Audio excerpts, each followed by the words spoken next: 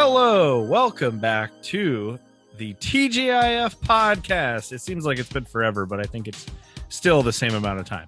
Every month we put out an episode. I'm your host, Ryan. I'm here with Sexy Greg, the Pharaoh Wizard. Hello, AKA hello. Killer Greg 17. How are you? I am fine. How is that disgusting beer you're drinking right now? I loved it. I loved it last time. It's nitro cold brew coffee made by Guinness. It's not good something now. else. No, you're going to be running to the bathroom about third episode we talk about. That's yeah, but that's you for down. that calzone I had earlier. Oh. You never calzone and podcast together? That's a terrible Look, idea. Dude, I don't come into your life and tell you how to eat and podcast, all right? You do you, I'll do me. Okay. And You zone it up. we'll all just be fine, all right? Megastar Mark, you are also here with us. Welcome. Hey, this is Megastar Mark. How's everybody doing? We're talking about proms tonight, gentlemen. Proms. All right. Now, did you guys, I texted Ryan and Greg I took a Buzzfeed quiz and I found myself a really nice prom dress, which I know is accurate because it's Buzzfeed. Right. And I just want to know what you guys thought about my dress. And Greg, describe my dress, please. Oh, boy. You had impure thoughts. Be calling it pure sex. Is that going too far? No, not far enough. Let's say your dad would be upset. He'd make you put a cardigan over that. Oh, Absolutely. for sure. I'd have to wear a cardigan around my waist. Cover up that bone. Yeah, that's right. And you didn't even see the underwear or lack thereof. Because I would like, listen, baby. I didn't get to see it on you either. No. Yeah, Buzzfeed, by the way, really fun. Find out what prom dress. What questions did they ask for? Right. That? What does that even mean? How do they even The questions determine were that? all like, what type of makeup is indispensable to you? And everybody knows I have smoky eyes. So obviously mascara I'm picking. Come on. I could stare at them for days. Right. Yep. And then they asked, like, what do you want to do on your weekend with Bae? And that's a good question. Like, what do I want to do with Bae? Like a lot of times it was just chill. Like, I don't want to do anything crazy. Was cuddle an option? No, cuddle was not an option. Cuddle, Wow. whoa. Netflix and chill. Bad quiz. Netflix and chill. Right. And then what to do with, the crew, which is you guys. And what I'm doing with the crew is we're reviewing TGIF episodes about prom. That was an answer on the Buzzfeed quiz? Yes. The TGIF Podcast. Will you be snuggling, dancing the night away, reviewing 5 episodes of TGIF with your middle-aged friends? Oh, BuzzFeed really knows their audience. I know. And about prom, a thing that That's we haven't done in a long time. Prom. I didn't even have a prom. I was going to ask Yeah. what our prom memories were. I guess we should start. Yeah. Should we start with that? Prom memories? Ooh. So my prom, Yeah. prom air quotes. I went to a Christian school, so we didn't have a prom. Right. We had a banquet. Ooh. No Oh, dancing. banquet. Did you get awards? I like banquet with awards. That's a tremendous question. Most likely to keep it in your pants. Yeah, I don't remember getting an award, but also I don't not remember getting an award, and like knowing that school, it's very plausible that I did in fact receive awards at our ceremonial non-dancing banquet. Yeah. Certain car length. You didn't even dance? There was no dancing at all? No dancing, no. Holy shit. There was no band, no music, nothing. You couldn't dance? They didn't want you dancing? Well, is that what it was? They didn't want us to dance, yes, but they also provided no opportunity to dance. It wasn't like, somebody broke out a boombox and we all footloosed it in the middle and rebellious teenage angst. Yes. But yeah, I went with a girl named Leah Buckman. Wow, you remember? Was very nice. Yeah, my graduating. How do you have a date to a 44 banquet? people. How does that even work? Yeah, because it was a prom, just with that. You'll sit with me and all that shit. But then we just ate dinner. I thought your date was like the Holy Ghost or something. Like you were supposed to save yourself for that. No, he was watching at the after party. It was a 3-person date. Like, you, Leah, and the Holy Ghost. There was a tree, which was Jesus Christ, and then me and Leah Buckman were the vines around the tree, Christ. Right. Not Christ connecting, tree. though, because that's filthy. You don't have to answer this question because it's only because of her name. But did you Buckman that night? Or Good question.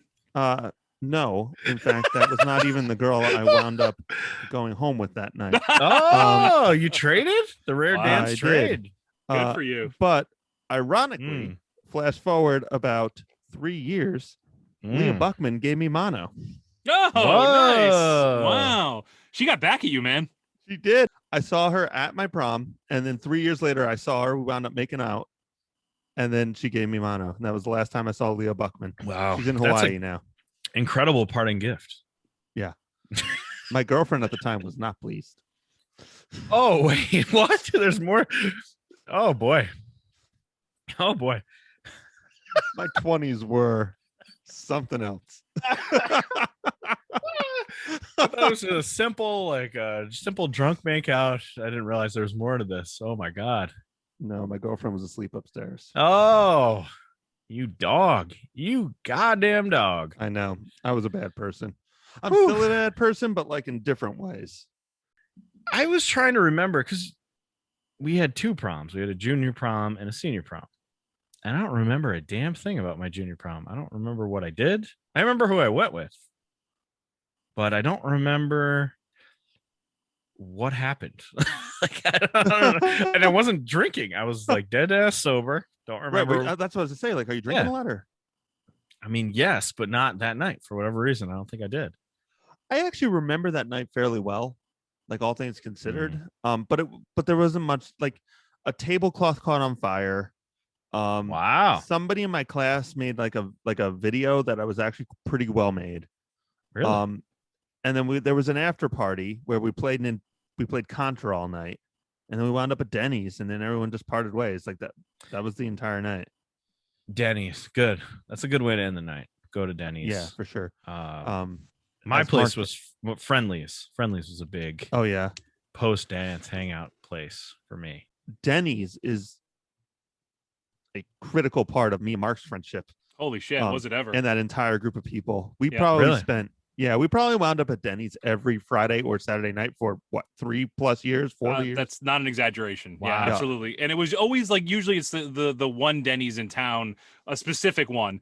And we just you knew where to sit, and it was weird. Right. It was honestly, I've joked about this before. It's the only place you can go to and just point at the food, and you could be high or drunk or just like out of it, and nobody gives a crap, So a great setting for that. But yeah, I miss those days because it was like we would all get out of work. Wow, this is a hell of a tangent. We would all get out of work at like 9, 10, 11 o'clock. We would go watch a midnight movie in Crossgates. Wow. And then after that, we would leave and go to Denny's in Clifton Park.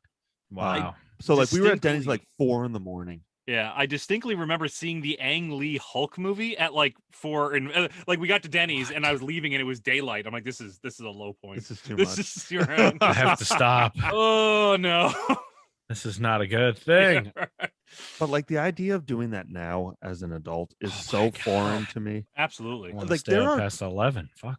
No, exactly. Last Friday, I was like, I don't have anything to do on Saturday. Work was pretty easy today. I'm just gonna stay up wicked late, play some video games, just get a little Greg time in. Yeah, love it. 11:15. It's like, oh my god, I have to go to bed. I feel like I might die. It's like It's like if I don't go to bed right now, I may never wake up. Junior prom, don't remember anything. Got broken up with after prom. That's the major thing I remember about it. Dumped after prom. Rough ending to prom. Yeah. And the second year, much more eventful for me. Went to prom. I was a real dickhead. Real dickhead. Said I was going to go with one girl who was my friend, just a friend kind of thing. Found another lady, said, sorry, you're just my friend. I'm going to obviously go with somebody else because you're supposed to do all this stuff on prom. You're not, but you're supposed to do all these things on prom. Went with this other girl. Did not go well. Very bad. Did not go well for me in any way. I was a massive dick. Ended up after party, night out camping, and she didn't come. She was out. She's like, I'm done with you. I'm out of here. And I feel like every school has like the one kid who's like, ugh, this guy. Don't want to be around this guy, right? Every school, every class has that one kid. So somebody invited him to this after party, right? To be nice, like, hey, come on, come on out, hang out at the after party. And they had all these tents set up, and all the couples like paired off and went to their tents. And I was alone, and he was alone. So he gets in the tent that I'm supposed to go in. Any port in the storm, my friend. Gets in. So this is like karma. Like, I'm a massive dick. I'm a dick. I do this thing to this girl. My friend, I screw over my friend and go with somebody else who I also doesn't want to hang out with me either. So this kid, it's a 2-man tent. This kid sleeps right in front. Does not go to the back. He's first to go to bed. He sleeps right in front. So I got to like get over him to that get was his plan. And I'm like, he's one of those, like, the smelly kid, all that kind of stuff. So I'm like, oh, man. Nope. I'm drinking all night by myself. So I stayed up all night drinking by myself. I just in Everybody my mind went to bed one at a time, and it was you just have this like reflective moment. You're like, I deserve everything that's happening. I deserve to me right this. now. I deserve this. I'm you at a fire, Bud Heavy. You're my only friend. Bush Light, Bush Heavy, Natty Daddy, Utica Club. Yeah, here I am, and the sun is rising. All the couples are making love, and I'm sitting here alone by a fire with smelly kid, with a smelly kid in my tent. So that was my prom. Abandoning your friend, it's like a little bit of a dick move, but it's also high school. That's just how it works, especially with girls. But like, did you like get into a fight with this other girl? And she was like, the new girl? No. I just said some things that were not appropriate. Like, I want to be in that. Yeah, those kind of things. Like, you should come to the campsite because that will be fun. Did you raise an eyebrow with the word "come"? But I think youth at that point, we all did real stupid shit, and Yeah, it was one of those nights where I'm like, oh wow, like I need to change all of my ways. This is a disaster. My God. Like in 20 years, I could be talking about like TGIF episodes. Oh my God, I can't wait to be me and these two guys I don't even know are going to talk barely know are going to talk about TGIF. You were just drawing our pictures in the sand next to the fireplace. You didn't even know who it was. Yeah, it was like one of those visions. Yeah. You drew a car. You drew a car in the stand, and there's just hot boys sticking out of it. What does it mean? Oh my God. Just see all these hot boys. You're shaking up smelly kid. The hot boys. We gotta find the hot boys. We gotta get in the car. We gotta get to Orlando. We gotta go to Orlando. We gotta go to O-Town. Yeah. Mark, do you have any prom honestly memories? So there's a winter prom that I went to when I was in junior high. There was a winter snowball, which was like the junior prom, because we didn't have like one at the end of the year.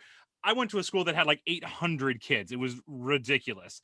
And the only thing I remember is only a handful of people went to this. And I, for some reason, wore a silver on silver suit, because I thought that would be like flashy and fun. I had no date. Obviously, I'm wearing a silver on silver suit. So, I mean, I went with a girl. I was actually in between girlfriends, which is a funny way of me saying I didn't have very many girlfriends when I was in high school. But I was in between the two. Welcome to the club. Right. In between the one, after the one, mostly crying. So a lot of tears. It was a girl who actually was kind of into me, and I really wasn't into her. And I feel bad. Like, looking back on it, I was once again kind of like you're young, you didn't really know what you were doing. I feel bad looking back on it. I always do. But I did go to prom with her. We had a good time. It was fine, but like I really wasn't into it at all, and I could tell she was, and it was awkward. That's really tough. I always feel bad when that's the case. Yeah, it sucked. And I did it, and I don't know. I did it because I wanted to be there with friends and stuff like that. And I always felt like she was just like a tag along, and I shouldn't have been like that. And it was, like I said, you were young and stupid. But I do remember we went to an after prom at somebody's house, and the couple, or the guy whose house it was, and his girlfriend got into a massive fight, like to the point where they were throwing punches at each other. And then I had to take everybody home, including the girl, because he kicked her out. So I had to drive everybody home. Wow. And she was the last stop. Do I know these people? Yes. Do I know both of them or just one? You know one of them. If I had to guess, yeah, would they have some sort of car-related tattoo? I think you nailed it. Oh, that's not who you're thinking of. That's not who you're thinking of. Yeah. And it was just the entire ride home. It's just like I'm driving, and she's just like, I dropped my date off, and she's upset because I really didn't spend. I was more there for the group than anything else. And like I said, I'm embarrassed by that now.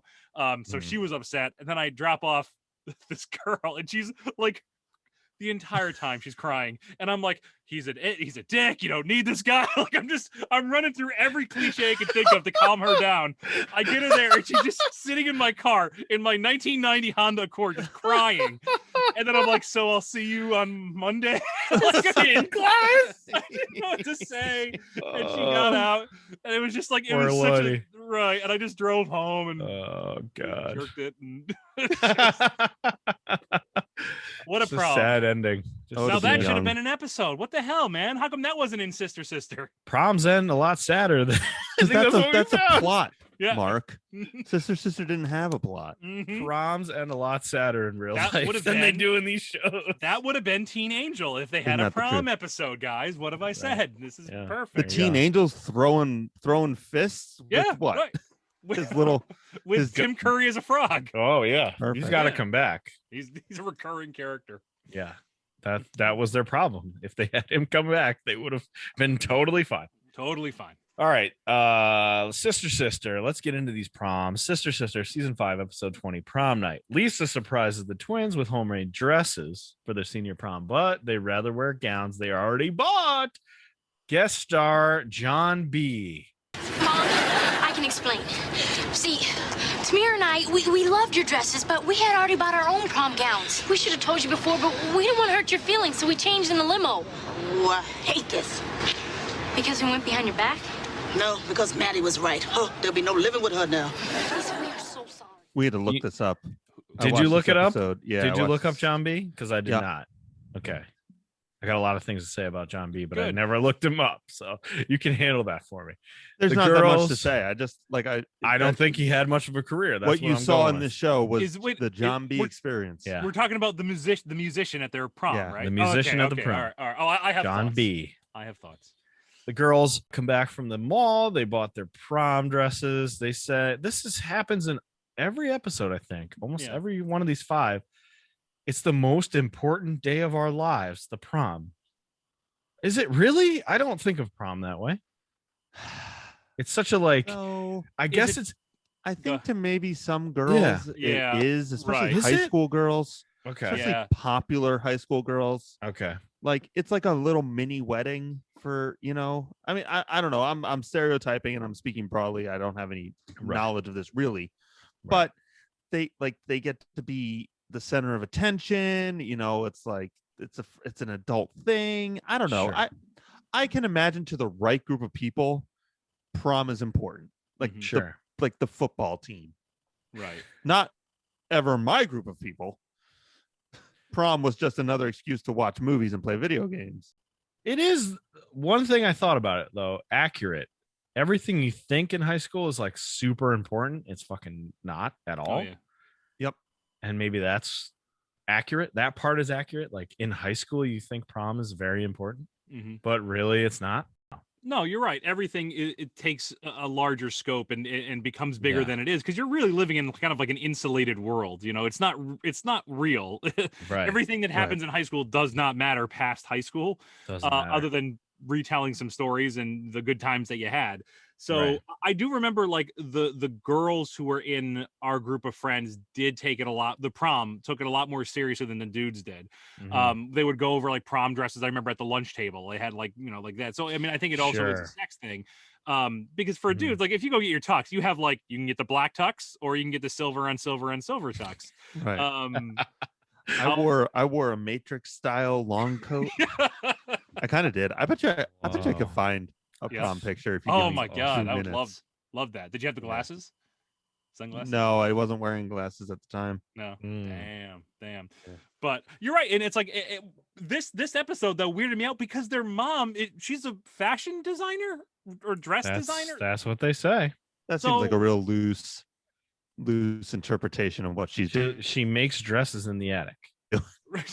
That's what she does. But she says she has celebrity clients. Right, and then you look at what she made, and they're fucking good. Like they're real nice for some dude who's only worn a dress on BuzzFeed. So like I was impressed. So it just seemed weird that their kids would like. I guess it's like we want to do this on our own. We don't want our moms. I get it. I get what they're going for, but seems Right. strange. So she's making the dresses. Her friend that works with her, I forget her name, is like, your daughters aren't gonna do this. Like they're not gonna do this. They want to buy their own dresses. That's part of the deal. She's like, well, I have celebrity clients. Like, what celebrity clients? So she shows the dresses off, and they do like the dresses. I guess I like this twist where they're like, ooh, those are nice, but we actually bought our own. They're very traditional looking, and the ones that the girls, Tia and Tamara, have are like very 1995 dress. Right. So they got to figure out what they're gonna do, because mom made them dresses. They bought dresses. They can't return them because they're on sale. The boyfriends show up in the house, and they are talking about the tuxedo thing that we talked about, which I think is funny. It's like, for a guy, you just wear the same thing. Everybody wears the same thing. Like, it's boring. And now, actually, like, there's a lot of crazy ass suits out there. Oh, God. You watch any like NFL draft or something like that, you're like, whoa, these suits are awesome. Where the hell were these when I was at prom? So Ray, the dad, he comes down. He owns a limo service. I guess I forgot about this. I don't remember. And he's like, so I'm gonna give you the white limo with the driver Eddie. And the girls are like, the white crappy limo? And the one boyfriend works there, and he's like, slow driving Eddie, you're gonna give us him? Like, does it matter how fast you get there? I don't know. Yeah. They say there's a big back seat, so we're gonna go. The girl said there's a big back seat, so our plan is we're gonna switch dresses in the car. And the boys are like, wait, what are you doing? And they're like, oh, we're gonna switch dresses. They're like, you're gonna take off your dresses? What? And they like, you gotta sit in the front seat. Sorry, you're sitting in the front seat. Oh, is this a prom Oh picture? my God, there it is. Well, zoom in on you. Zoom in on you. That's quick. me right there. Wow, dude. Yeah, like you can see the jacket goes all the way to the ground. Oh my God. There's the Greg I remember when I first met him. Right there. It's hard to see you clean shaven. I know. I've never seen you clean shaven. Very few people have. Yeah. Wow. You look like a fancy Dan. I like it. Still do. Look at this mane. So very pretty. nice. Very nice. Very nice. So the boys go and they check out some tuxedos at the men's warehouse or whatever. And Dina, she's like, you need to flash your tuxedo. And this doesn't go anywhere. She just like cons them into buying fancier clothes. Sucked. Yeah. Yeah. Like this scene literally writes itself. Like, he's being kind of a fancy dickhead. She's obviously trying to either con him into something. Con him out of money. What I expected was, because he was being kind of a jerk, was her to take him to the back where there was like nothing but ugly suits. You know, like a bright lime green suit. The Dumb and Dumber suits. Yeah, right. And be like, oh, I think you look great in this. And then he wears this awful suit to the prom, gets into a big fight with one of the dates. I mean, not that I want to promote cliches, but spoiler alert, this episode fucking sucks. Yep. I would have done anything for a cliche. At least it would have been funny when he showed up in that awful tux for like 30 seconds. I would have been like, all right, that's funny. Nope, just shows up looking good. Yeah, he shows up like he looks like fucking a magician. Yeah, well, got a cape and shit. But even that though, it's just like like if you showed up at prom like that, that's kind of fucking cool. Like, I don't know, like you stand out a little bit. Like that he's not like, you're right, Greg. He didn't take it too much to the extreme. It's still like, oh, that's a sharp looking dude, you know? Right. He's got white gloves, a hat, a top hat, and a cape. And they like make fun of him a little bit, but not much. Like this is supposed to be a joke, I think. Right. But it is. There's no jokes. They try a couple times, but it doesn't quite land. And he looks kind of cool. So it's like like he doesn't look that bad. Right. He's a good looking dude in a cool looking outfit, and it's a little eccentric, but whatever. Like if you're good looking, you can be eccentric. Right. Yeah. This was also really weird. The woman who works with Lisa, she's going to take pictures of the kids, and she's using flash cubes with her camera. This was like so unnecessary. She's old. Get it? Was this supposed to be like for the parents? I don't know what this was. And there was like a 3-minute setup for that joke, and then there just was lot never a of time. joke. Mm-hmm. the joke was Ray's camera ran out of batteries, so his XLR or whatever, not XLR, DSR, I don't know what they're fucking called. Mm-hmm. I'm not a camera guy. What are they called? I don't know. DSLR. DSLR. I thought Thank XLR you. was. You guys worked right? at Best Buy, or Yeah. come on, for a month or however long it was. Until somebody cried in front of I Greg. sold Yeah. Lady Gaga CDs. He didn't sell cameras at Best Buy. No, Anyway, they are very strict about staying in your lane at Best you Buy. cannot go into the Yeah, camera. They sure aisle. were. Like, what the fuck are you doing in the computer area? How dare you? Talking to Mark. You sell these Taking Back Sunday CDs and you sell them good. The girls come down, they look fancy. The guys come in looking real good. Mm-hmm. And then we get a Blackula joke. Oh, Blackula ain't got nothing on you. God. Like, whoa. Interesting. This is. The girls almost ruin it when they say, like, when we get into our new dresses, Lisa almost catches them, but she doesn't.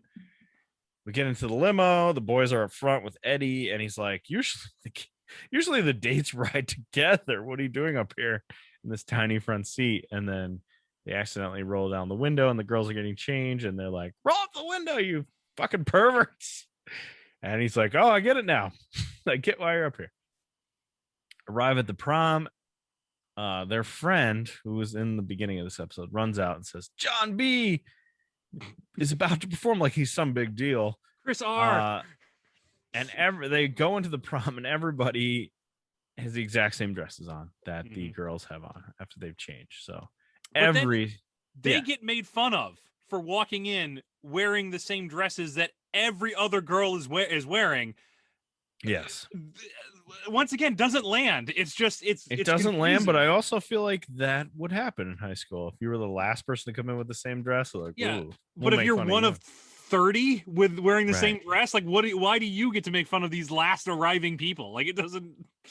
So they have to change back into the other dresses. So they go to the limo, but Eddie's gone. He's taking a powder. He's out of there. So they got to break into the limo. John B is blowing up right now. You guys are missing this thing. You're missing John B.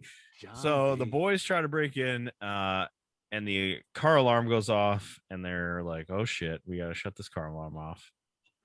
This rent-a-cop shows up, like a hotel rent-a-cop, I guess. Mm-hmm. And he like tries to be real serious. Oh, But then the real cops show up, and they call mom and dad, and Lisa and Ray have to come and straighten it out. And it's like very simple to straighten out. It's like Ray is like, yo, I own the company and this dude works for me, so it's totally fine. And those are my daughters. Like, what the fuck? Why is this such? I feel like you could have just said that on the phone. Yeah. The rent-a-cop was chewing the scenery. He was Oh just. my God. Yeah, He thought he was going to get into that was his big break, man. Yeah. Godfather 2 or something. Or Goodfellas 2. Yeah. So they straighten everything out. Lisa was like, yo, you're wearing different dresses. I don't care. Like, Yeah. what? Right. The whole episode's in the This trash was right there. Nothing. She's like, Unbelievable. "Oh, Right. She's like, oh, whatever. I that's don't fine." care at all. I'm a Yeah. crazy person in literally the entire series. I'm insane. So it makes no sense that I would just be like, okay. She's more mad that her coworker was right. Mhm. It's like, Right. God damn it, she was right. So But finally, she also wasn't right. Mhm. Because like T and Tamara did like those dresses. yeah, right. And they kind of probably would have worn them if she had known. If she had been a day earlier, they would Right. have worn those dresses. Just a mix up. Finally, we see John fucking B. He Thank shows God. up. More Ooh. of that, please. He Uh-huh. performs with his very nice Caesar haircut. Mm-hmm. Caesar. Let's talk and about the beard. Let's talk about the beard. Pencil so beard. the pencil. Mm-hmm. This reminded me of, was it Kroll show that did like a guy like this? Right. Yes. Right? Yes. Wasn't Nick Kroll doing a Mhm. character like this? What was the character? It was like I forgot. it was like a Jersey Shore dude Yeah. who was like also a gigolo. I loved Kroll show. It was only Oh, so two good. seasons, but it was fucking so funny. It was always on like Really? 2 in Holy the shit. morning. You never saw a loved it Kroll too. show? No. Oh, my it was fun. You would God. like it, man. It's very funny. It was Interesting. awesome. I don't It was love so Nick good. Kroll. No. The show was amazing. It was all about reality shows and it was like him as different. He always seems like a hanger on with famous people. No, he's really funny. Mhm. This show is very, very funny.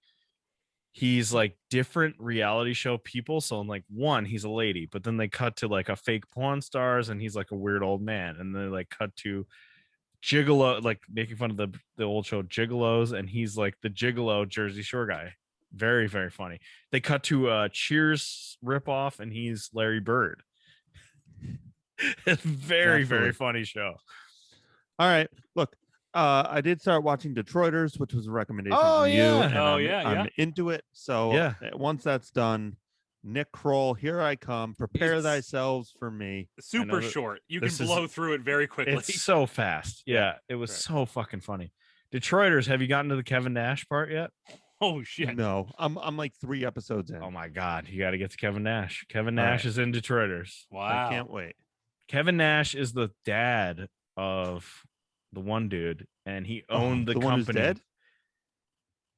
The one Right? who's dead. No, I he's thought not his dead. I thought his dad had died. No, That's he's why not he dead. got- He's in an insane Oh. asylum, and he breaks out of an insane asylum, and it's Kevin Nash, and it is so fucking funny. Excellent. That's So cool. good. Anyway, John B, he performs. Girls switch back to the dresses. Yeah, we see that song. He slows it down for his big single, and Ray is like, in the prom. Ray and Lisa just go to the prom. The Like, hangout. Yeah. We're Which gonna happens in several out of these too? episodes. Yeah. Oh yeah. It's Yep. like, oh, we're at Yeah. the prom now. Don't worry Yeah. about us. Oh, we're in. We're old, but we're Yeah. in. I think that's like the adult part. Like, oh, you'll like this. Parents who have to watch this, like the Mhm. parents get to go to the prom too. right. and then Some they fantasy say- fulfillment for The prom was perfect at the end. Doesn't Really seem- long ending. Like they hung on them dancing way too long. no. They Yeah. wanted to promote John B. Yeah. A lot of Promise John you, B. John B. was whatever record company Disney owns. Yeah. John B. was part of it, so they were Mhm. just there. Although I would like to say I didn't look into this at all. I bet you Yeah. $1,000 this was a UPN episode. I think so too. I got that vibe as well. It was. It was. Yeah. It was a Yeah. UPN episode. So whoever Well, you know. UPN, yeah. 100%. Whoever owned I think UPN. I think Barry it, Gordy. I Warner don't know. Brothers. I think it was on UPN in season 4. So this is Mhm. definitely a UPN episode. Yeah. So yeah, Like there you the go. beginning was different. The music was different, and that's like a dead giveaway. Yeah, they they had to had- break it down, get a Yeah. little more soul into Very it. cool opening, and then we Right. saw Roger, who never showed up. Yeah. Yeah. Like, why isn't Roger at the? I like Roger, Roger, one of the in the best other ones we characters. saw. Yeah, Right, the he's- Thanksgiving one was funny. He's one He of the was best off making You characters, Got and he's not Served. there. He's the funniest guy in the show, and he's not is in the an- show. This is an Yeah. official challenge. What the hell happened? So that was Sister. Rough. Be This one of the worst ones we've ever seen. One of the worst shows we've ever seen. It seems like a mail-in. Like, I have mixed. oh, yeah. they go to the prom day, same dresses, blah blah. So That's what the Red Room.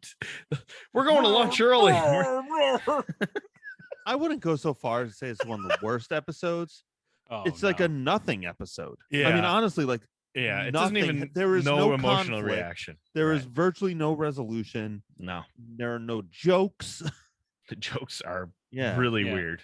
It's like, I mean, honestly, like this was such a bizarre episode. It's like they misread the script, Mhm. Mm. you know? Because like first off, this I hate in TV sitcoms, and I understand it's the situation in sitcom.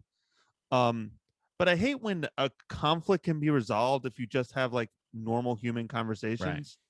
Like, Sorry, oh, Mom, I shit. don't want to wear that Mom, dress. I I already actually bought really one. like these dresses. But we Right. already bought our dresses. I guess we could return them if you want, but like, or maybe we could just wear both. Would that be cool? Yeah. And then I'll be like, costume change. I'm into it. Mhm. Problem solved.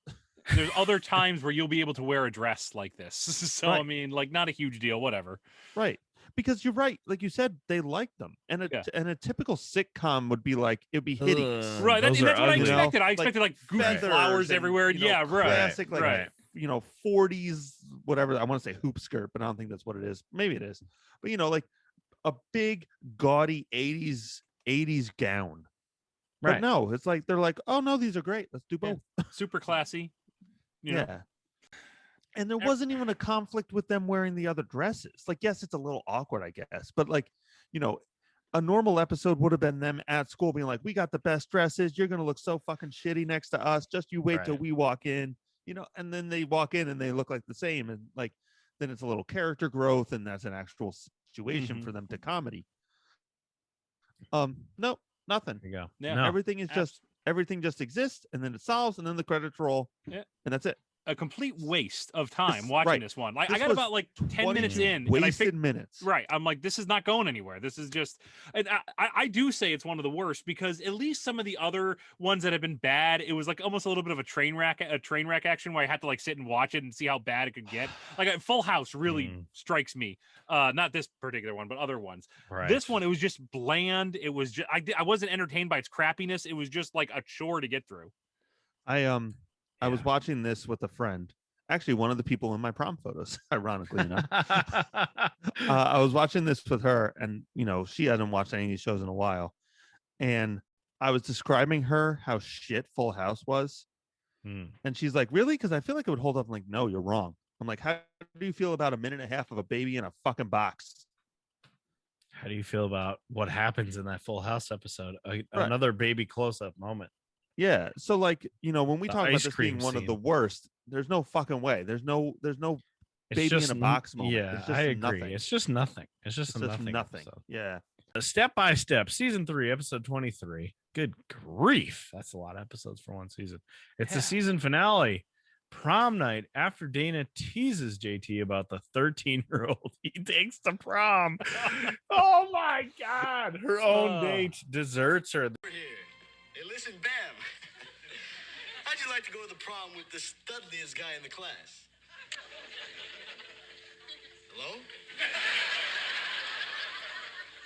What does she know? She's named after a deer. Yeah, JT, don't take this personally, but you've been shot down 50 times. Maybe you're not the studliest guy in the class. What am I going to do to get a date to the prom? I don't know. Let's think about this. Now, who's really popular with the chicks? Dude, I got it. Joey Lawrence. So when I started thinking about like, what the hell are we gonna do? Maybe we could do prom. This is the first thing that popped in my head because I remember this as a kid. This episode? Yep. Really? Okay. Absolutely. Because it was a big moment for JT to be nice to Dana and vice versa. Because they were just massive dicks to each other the entire series. Yeah. And I totally remember this, like JT finally the good guy in this episode. So I know it's like, because this is season 3, right? This is the end of season 3. I think this is the finale. Yep. It's so weird to see, like, we watched like the pilot of Step by Step and just like, even I know it's just 3 years and it's, you take time how much older everybody looks just in this one. And I was very surprised, like, they're graduating high school. They're going to senior prom in season 3 of Step by Step. That seems very early from what I remember, but I guess not. JT trying to get a prom date at the beginning, calling all the babes, saying, I'm the most handsome guy in my high school class. And they just hang up on him. And Cody is there with him, his best bud. And Cody's like, yo, dude, you've been shot down like 50 times already. Like, maybe you should just stop with the I'm the most handsome guy in high school. And then he gives some advice, which is really weird, like very of the time.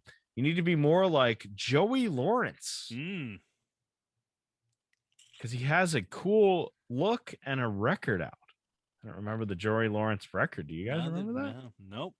Don't remember that at all. Love this. Karen comes in with Dana and she says, any luck finding a date? I'm not worried about the prom. I'm dating a college guy, so I'm not going. Dana says, I have a date with Jeff, the very sexy Jeff. He dumped his cheerleader girlfriend, and JT is very skeptical. And they say, there's a lot more to life than big pom-poms, JT. Ooh. Oh. Get that boob joke in when you can. Boob jokes. Brandon shows up in this episode. He has Get back in the basement. What are you doing out here? You're not allowed to see the sun. He at school he punched another kid, and I love Frank Lambert. Yeah. Every time he shows up in these shows, I love him. He says, "You punched him. Did you knock him out? Did you drop him?" Patrick Duffy directing this episode too. How All about right. That's right. Really? That's right. Duffy. Yeah. Now we're directing. talking. The Duff Man coming through. He's fucking love so him. good. He's I do So awesome. good. Carol's like, "Don't fight. What are you doing, Brandon? You should be back in the basement." It's like, "You shouldn't beat up your friend Lester." Mm. And then she leaves because she doesn't understand men, according to Brandon. He's like, "She doesn't understand us. We should fight. I wish she was more like one of those women from American Gladiators." And this is incredible. Yes. Incredible Frank moment. He's like, "So do I." I think it's so funny that Oh my our God. sex games joke is just being proven correct over and over and over again. Every sex on this single show. time. I would love to fuck an American Gladiator woman. Yeah, I watched that show. I love American Gladiators. I wish somebody would pick that up and put it on a streaming service, because when it was on Hulu, it was so much fun to watch. It's great. Oh my It's god. It's yeah. so great. of a time. Well, I don't know. Yeah. Do you I think mean, like American Ninja Warrior or that show where they get hit by Yeah. rubber shit while and fall in the water? Is that just Wipeout? Wipeout. Yeah. Is that just modern American Gladiators? Yeah, kind of. But man, I love old game shows and all that shit. Oh my God, I yeah. love it. I just found Pluto. Hot tip. Pluto Yep. has a Price is Right channel. It's Oh, just really? Price is Right. Yes. It's I love The fucking Price is Right. awesome. It's just Bob Barker Price is Right. Yeah. And right now I think it's playing in an order. Right now it's 1981. Oh My my wife god. and I just watch it every day. We watch it Hype. every fucking day. It's such a It's so fun. snapshot of when you were like sick in like Yeah. middle school or high Yes. school. That was Right. like the beginning of your day. Even And though you were it's- sick, you had your ginger ale, you had your goldfish crackers, and you had Bob Barker. Yeah. Some of these things are so like of a time. Yeah. Like, oh my God. I Look at what they're wearing. Yeah, they tried to update American Gladiator. Remember, they tried to put out a new one. With and it Hulk wasn't- Hogan. Yeah, the Yeah, Hulk Hogan one. It just sucks. needs to be like that 80s, like once again, that 80s like clip. Right. That's the best. That was amazing. It was so fun. It was Yeah. so fun. Even like at its worst, it was so much fun. Anyway, Carol's like, "Oh, you know what we'll do to solve this problem? We'll have the family come over and we'll hang out." It's like her answer to everything. Jesus What Christ. would you guys do if your child got into a fight with another student? Would you ever in a gajillion No. years No. think about having them over for cheesecake? Fuck no. Right. The I only s- I do the it's- responsible thing. I cut like letters out of newspapers and I send them letters. I send them incriminating, Right. threatening letters. That's what a good parent does. Tell your kid to stop cheating or I'll Right. cut off his pinky toes. whoa. Yeah. Got to go big or go Uh, home. Yeah, you threaten them or you ignore Right. them and just be super awkward. I know where you live. JT shows up in his hot looking tux. He's looking good. And he thinks he's about to be set up with a swimsuit model. Dana shows up. She's looking very fancy as well. Jeff shows up. Hot Jeff from school. He shows up. Hot Jeff. They make fun of each other. She leaves, and then JT's date shows up. It's not Debbie, the swimsuit model. It's Eleanor, a 13-year-old girl. What the fuck? Mega weird. Wow, this is weird. A 13-year-old girl.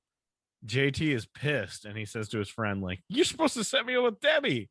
And he's like, "Debbie is the supermodel who knows who Mick Jagger is. She's not Yeah. coming to your prom." Yeah. I thought that was very funny. His friend Yeah. just laughing at him. Like, Right. of Yeah. course that wasn't the one I Kinda- meant. Look at you. Look at this. Look at Look what at you're putting you together. and look at Debbie. Yeah. Not happening. Is a Uh, 17-year-old and a 13-year-old dancing weird? It's Yeah. weird, Yeah, right? it's weird. No, it's 100%. weird. Oh, it's super weird. I felt Yeah. so uncomfortable with Yeah. this. I have no context for that kind of stuff. I don't like kids are kids to me at this point, so Yeah. I don't know. Right. Super I weird. feel like I would have found that weird when I was a kid, but who the Mhm. fuck knows? Definitely weird. Okay. Eleanor is the 13-year-old. She's like, "I got a new bra for this. This is Yeah. also fucking Too much. weird. Super overly sexualized Don't girl who look- is so Yeah. into it. Yeah. Don't look at it, JT. I'm not a nymphomaniac." She says that on the Yeah. show. It's weird. It's so weird. Yeah. Dana finds out who JT. This is funny.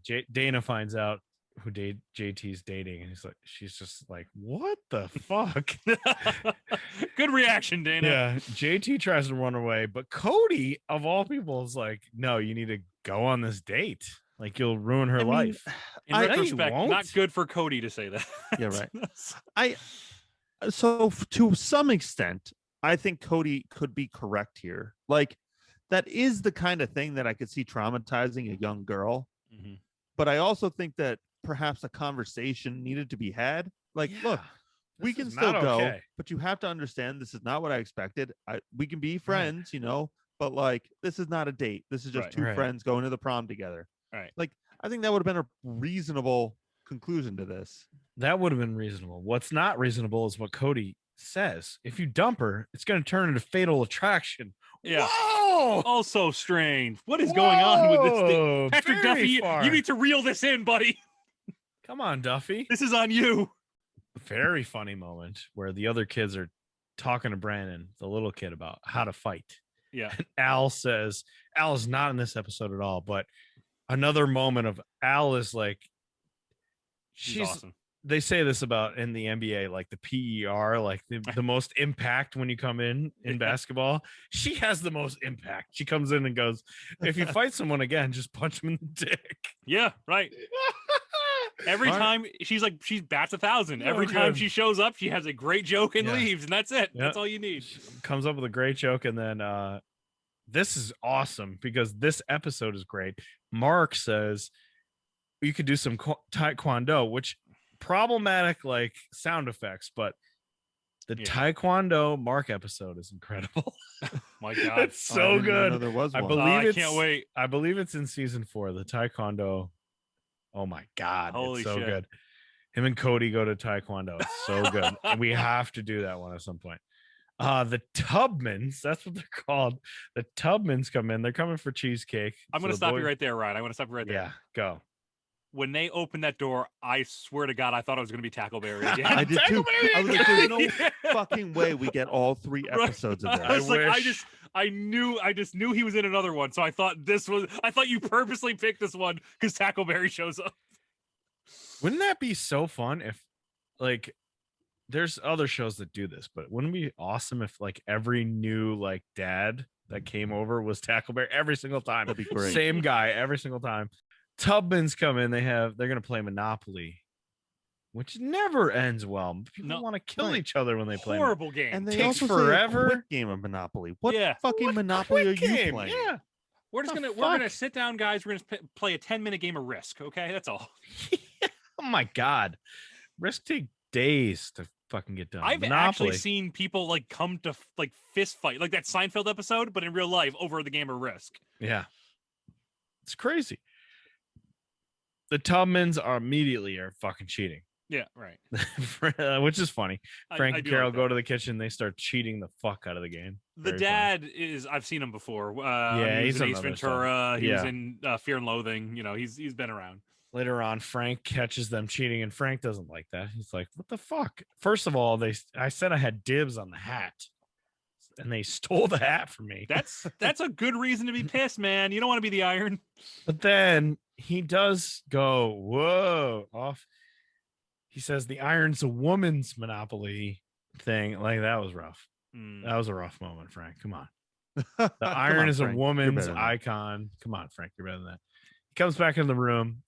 They stole all the money. They have all the hotels, and they've eaten his cheesecake. He's like, what the fuck? You guys ate my cheesecake. And it's like on Tubman's face. He's like, you ate my cheesecake. No, I didn't. Nope. Yes, you did. I adore that level of commitment. Yeah. Just keep rolling with it at this point, man. Yeah. Right. You've already eaten the cheesecake. What ramifications are there? Just keep going. Yeah. Right. Sorry, I ate your fucking cheesecake. Fuck you. Carol, early in the episode, she says something like, I only get mad and freak out when people make fun of my family. So Tubman says, like, how dare you call me a cheater? And like, what are you, a crybaby like your stupid son? And she punches him and knocks his lights out, which is very funny. Very funny. And then even funnier, Frank says, she is like the American Gladiator woman. was a long build up to that joke, but it landed. Well done. We go to prom. Jeff, the hot Jeff, is there with Dana, and he sees Hot Jeff. Hot Jeff's. Hot Jeff. You think he went to the Hot Boys car after this? I think he tried out for O-Town. Oh, gee. He meets with his ex-girlfriend who's there. And JT early in the episode was like, yo, he only dates you to like make his other girl jealous. And Dana's like, no, that's not real. But he is. That's exactly what he's doing. But real quick, the look of this prom, the aesthetic of this prom was insane. The decoration work. Yeah. I don't remember having any decorations at our prom. Balloons, maybe, but like, yeah, actual like set pieces that happens in Family Matters too. There's actual like pieces of like set that they make. Yeah. Do people actually do that?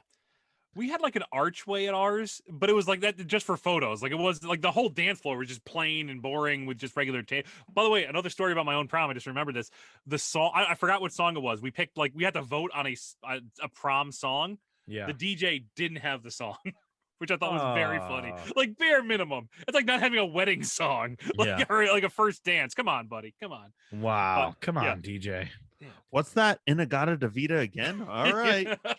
What is your I don't know if you guys did a lot of like was a prom like a one-off dance, or did you go to a lot of dances as kids? Like what's your prom dance or your dance song? What was your would you try to like would you get fired up? Loca? Would you get fired up or something? Oh man, Mambo number 5 comes on today, man. Woo! Dude, that's a good no one. joke. I fucking love that song. Great It's song. a good song. He's a fun Twitter follow, by the way. Really? Lou Bega? Lou Bega is first off, he's very aware of like his career and how, like the arc that it had, and so he makes fun of himself more than I think any Twitter follower I have. But he does it very fun. He does it very, very well. I love that. Yeah. Again, went to a Christian school, so we didn't have any dances. We had one banquet that was at full stop. Like when I was going to public school, I remember having dances, but I was young, you know, like sixth grade dances are like barely dances. Right. Sure, Yeah, of they course. were awkward. Of It was more course. for the parents at that point than anything else.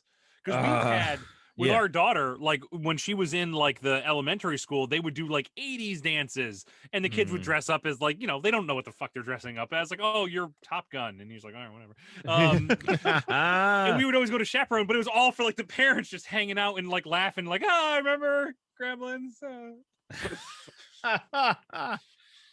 Mine was House of Pain. Oh, there you go. Jump around. Loved that's me fun. some. You put on a jump around on a dance. I'm going for it. I'm going for it. I don't care. I love that song. Ladies not required. No, Like, Yeah, God, get out of the let me way, go- actually, yeah. ladies. they are Yeah. slowing you down. There's no way you're jumping around in that dress. Actually, about, I'm thinking about it? Back on the dance floor, Mm-hmm. jump around, Jump please. around. Why don't you jump around? JT has to slow dance with Eleanor. Says, let's slow dance like lovers do. Oh my God, they're going much. too Damn, far with this. way too Tone much. it down, please. Jeff. Well, wait. So let's dwell on this for a second. Wait, no, we shouldn't. Let's dust off this. No, Let's I- keep going. I don't want to open this door. Legitimate conversation is like, is this modern sensibilities where we're like, oh boy, or would we have had that reaction in 1996? Because they are Yes. very liberal with some things Mhm. in these shows that now is definitely not acceptable. I think one of the issues with this is like 13-year-olds don't dress like 6-year-olds, and that's what she's doing. Yeah. And I think I go don't ahead. think I don't think that would have people would have known exactly what was going on there. She looks like she's very young. yeah. But it's fucking weird. The whole As thing is weird. a kid, I probably wouldn't have cared. I would have Right. just been like, you know, it would have been Funny. somewhat funny to me that they had like a kid who was like that much younger get to a prom. Like, ooh, it's fun. But like, if I was an adult, I still feel like I would have felt the same way. Like, this is a 13-year-old who's There's no way adults let that happen. right? really aggressively sexual towards. this Oh my older God, dude. is Yeah. she ever? It's not cute. No, it's not. like a No, cute, it's funny awful. thing. I think that would have been better. But you know, there's like some real casual sexism and a lot of gay jokes and Mhm. stuff like that Oh in yeah, these episodes. TGIF So constantly. I was just curious if it's like a 25 years on, we're just so much more aware of all Maybe. these types of things. I I'm still just think it's curious if weird. adults had that reaction back then. And it's hard to say. I can't go to my dad and be like, "What was your opinion on this?" Of this prom episode on TGIF. I kind of yes, Greg. Hey, Dad, remember when JT was dating that Eleanor? Oh my god! I kind of want to in that. I want a TGIF podcast dad's episode, Right? And they just and I want your dad to like totally recall it. Like, holy shit! I've been waiting for a long time for you to talk to me about this. Greg. Hold on, let me get my journal out. What was that season 5? Right, 1 second. Jeff gets back with his ex. Eleanor sees it and says, "You got to go tell your sister about this." So JT does. He does the right thing. He says, "Dana, this guy's a fucking douche. Like, what are you doing?"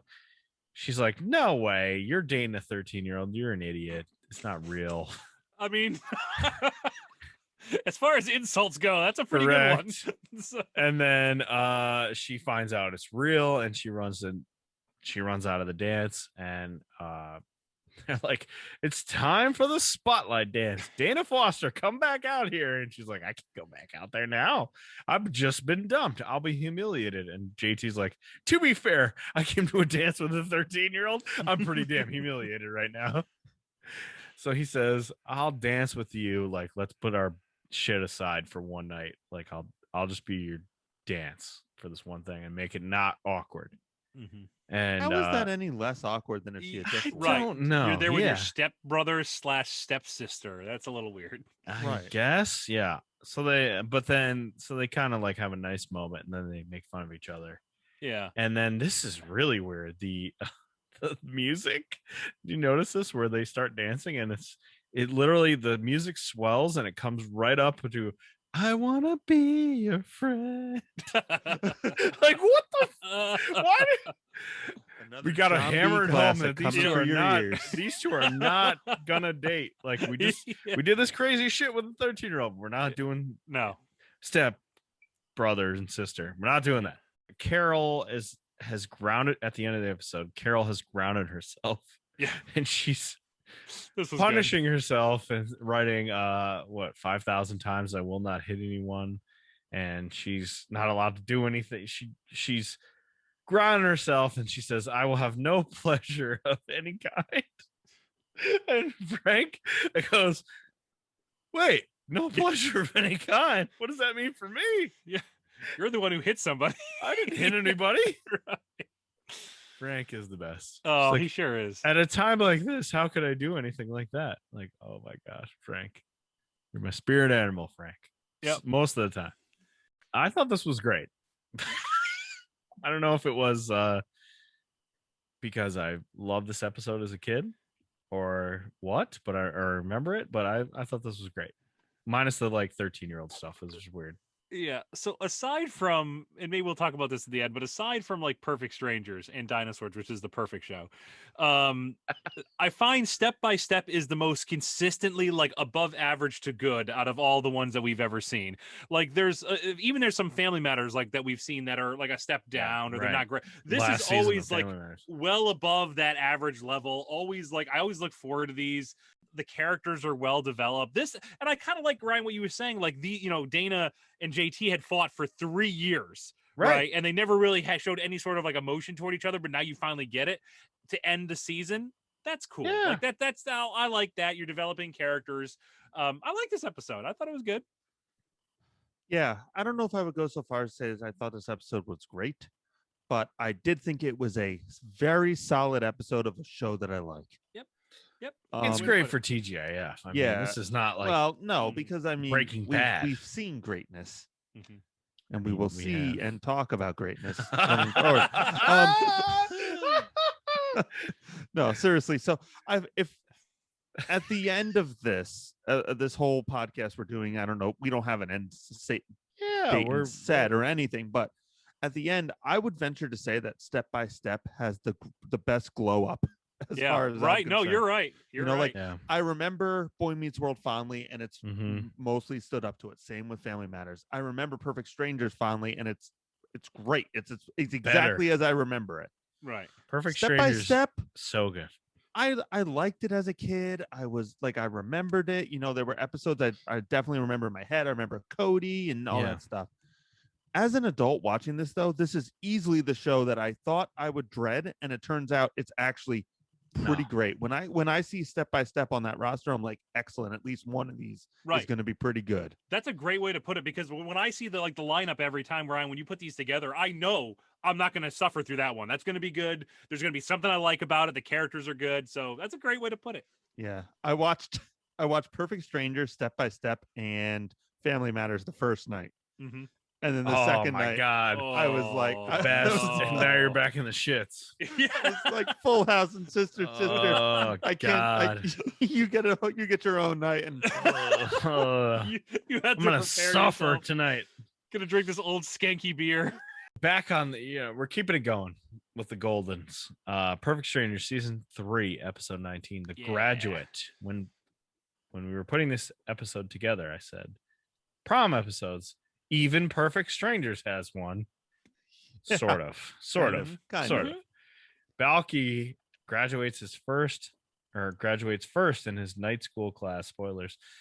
And he hopes for a traditional ceremony and prom because of it. I'm a little nervous.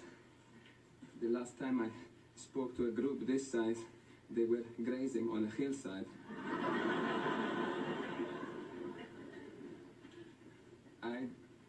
I don't know how to make a speech, but I can tell you what I feel. Right now, I'm so happy that it's like skyrockets are going off inside my heart. I'll tell you what. So I was telling my girlfriend what episodes we were watching. I'm like, oh, and I'm going to watch a Perfect Strangers episode. And she's like, Perfect Strangers? They're like adults. What prom is there? I'm like, I don't know. Balky probably goes to night school and graduates, and then he wants to have some American prom, so they throw him one. Yes, you know it so well. That's exactly what happened. Yeah, right. Exactly what happened. Cool theme song. I will never skip it. The boys 100%. Boys are studying for Balky's history final. If he gets an A, he's going to graduate at the top of his class. Larry says, I'm still pissed I came in second to that tramp, Mary Jo Quinn. Really harsh on that one a little bit. Very funny. Yeah. It's very funny. You could be valedictorian, and Balky says, but I like eating meat. Also good. More language barrier stuff. Balky's clothes in this. Oh my God. The red shirt with the bright red vest. Man, no style. Popping. This guy's popping. Yeah. He wouldn't have to take a BuzzFeed quiz to know what type of tuxedo. He knows. He's styling. He's in. Larry, I enjoyed this. Larry reading the questions, acting like a nun from 1950, hitting himself. He has a ruler and he hits himself with it. Every time he asks a question. Pretty intense questions too. My God. Balky's like, I've studied enough. I want to go to bed. And they do a very funny stare down, a bunch of stare downs in this episode where they read stuff from the book and stare at each other angrily. He's like, I know everything in that book. You can't ask me a question that I won't know. And so Larry says, fine, who's the publisher? And Balky says, you're a sick man. That will never be on the test. And Larry says, let's study all night. Because if you don't, you're not going to be first in the class. So they finally agree. Balky falls asleep on the couch. Larry falls asleep on the couch, but Balky's on the back of the couch. Larry knocks him off, which is a very funny scene where he elbows him off the back of the couch. Balky is late to his history exam for the end of the semester. So Larry is so invested in this. He needs Balky to come in first in his class. So he carries him on his shoulders, across Chicago to this test. There's only 20 minutes left, and Larry, there's this very funny bunch of physical comedy here where Larry's trying to get Balky into the room. He loses him, he drops him, and he can't get in, and then he's knocking the desks over and stuff. Very funny.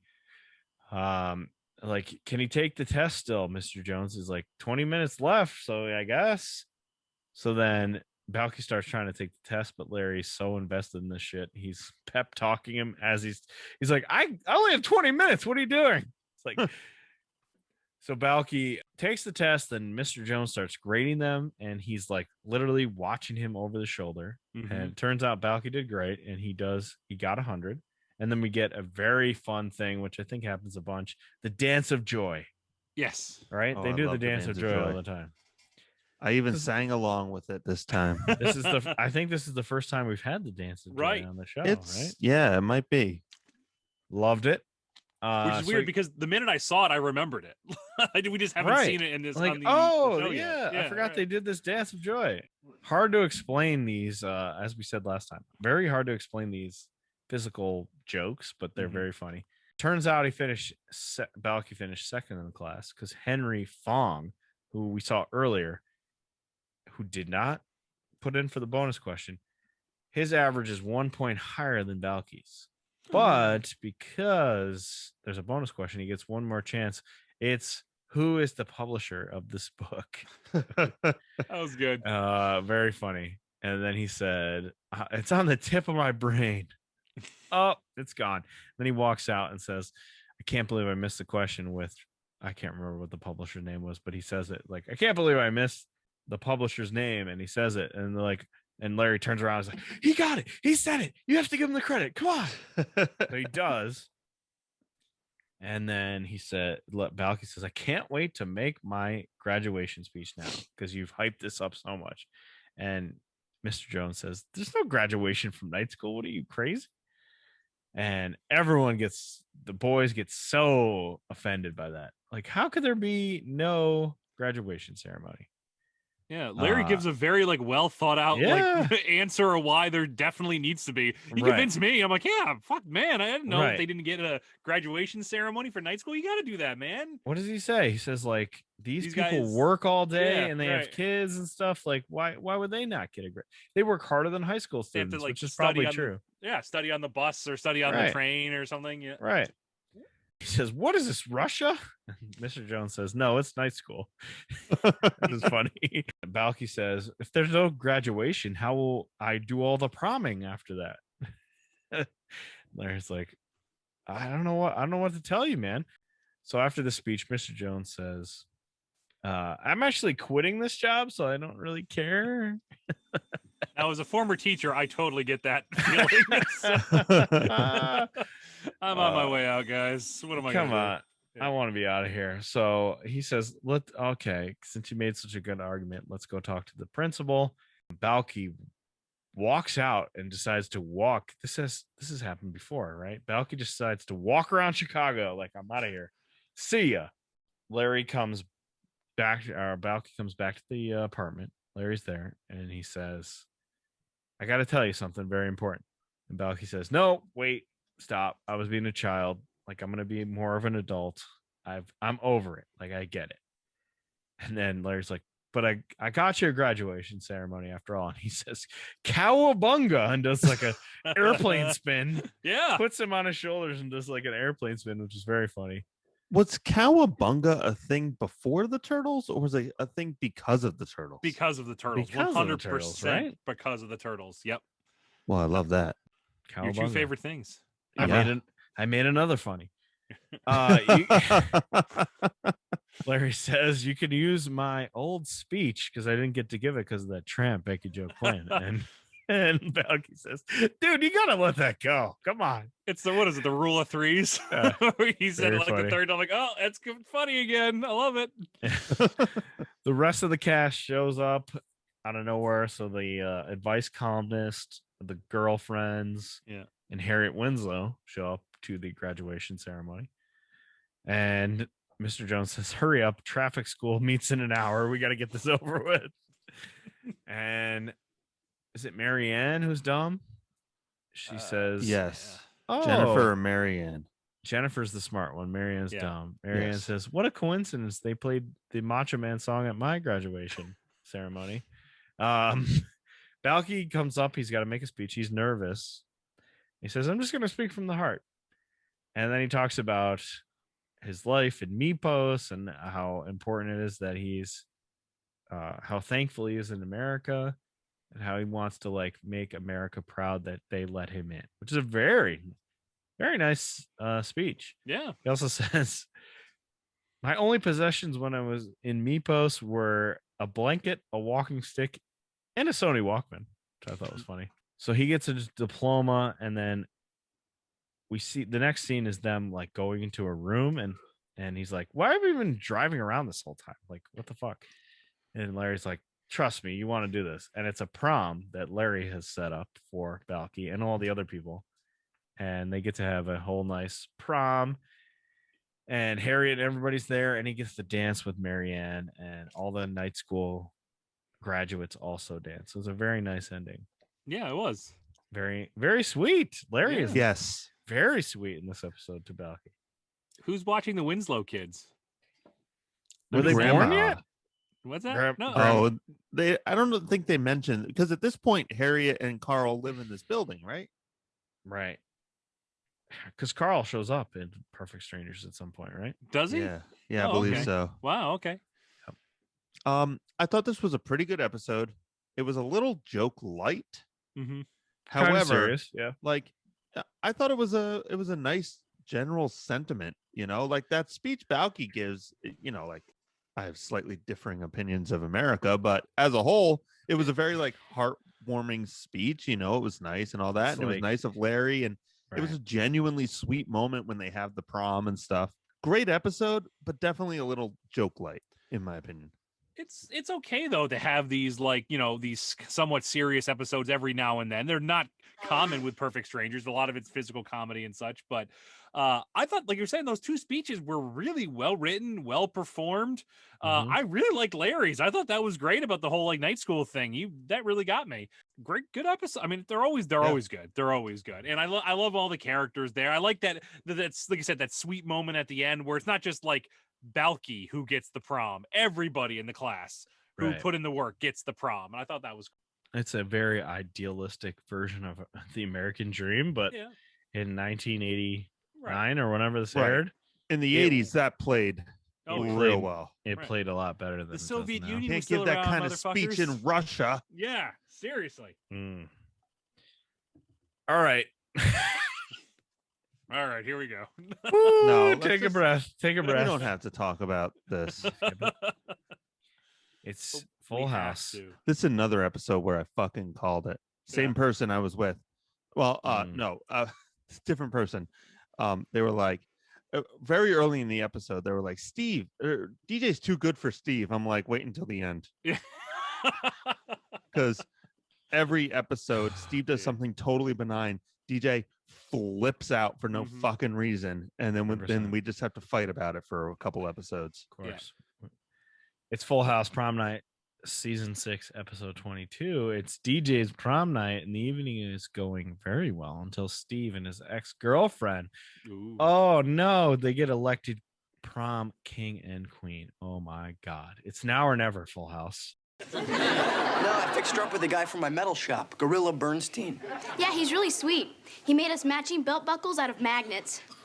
I can't wait to slow dance. There you go. Thanks, Dad. You got it. Bye. Oh, hey, Jesse. It's really nice of you and your band to play at the prom. Oh, no sweat, Kimball. Oh, and one more thing, Mr. Moldy Oldies. I made a list of the songs that people who are still young like to hear. Thanks, Kim. I'll give this list all the consideration it deserves. Thank you. It's season fucking 6, right? We keep saying, oh, well, we've done a lot of early Full House. It gets better when it's later, right? Boy, did it not in this one. Spoilers, did not. Maybe I was questioning this. Did we get to like the sweet spot? I use Michelle as the barometer. When in your opinion, obviously not Greg, you hate the whole show, but Mark, yeah. When do you think I use Michelle's age as like the sweet spot? When do you think that is? Kind of like right now, kind of like this era. It's gotta be this. Yeah, right. Is like it's gotta be this, right? Right. I distinctly remember the one where they go to Disney, like that one. That's exactly what I was gonna say. The next 2 episodes are the Disney episodes. Those are the 2 quintessential Full House episodes to me. Right. And I remember they even had like a Steve dressed as Aladdin joke, which I thought, even at the time, I thought was pretty fucking awesome. Yeah, really, really well done. That's what I remember most, and that I remember enjoying it as a kid.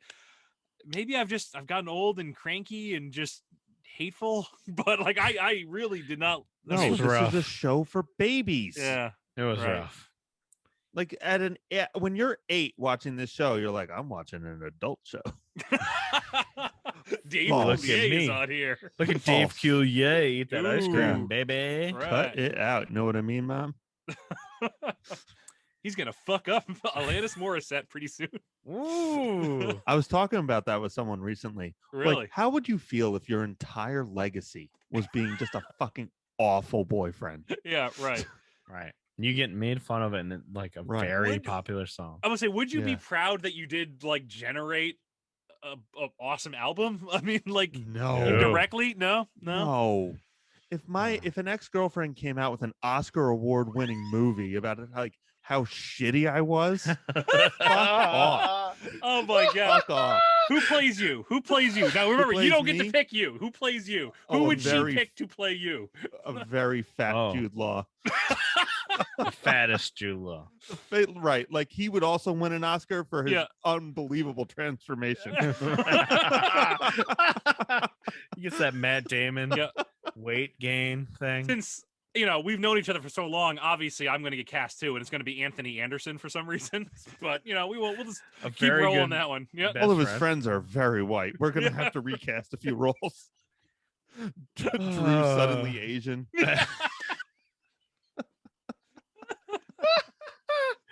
At the beginning, they're playing Go Fish. Michelle's lying about it because she's cute when she lies. DJ and Steve are gonna go dress shopping. Oh my gosh, Steve! What kind of come on, dude. Can't do anything else. Right, and this was pre like fuck around on Twitter times. This was like actually sit there in the dressing room. Ugh. Why would you be at that? Which in itself is kind of like another archetype. Like you always had the guy sitting outside in the one like lonely chair while his like girlfriend or wife tried on like a billion dresses. Like that's a very common, especially for like the 80s, early 90s. Yeah, very that's common. Not a real thing. Yeah. They don't want you there, and you don't want to be there. Get up, walk around, go do something.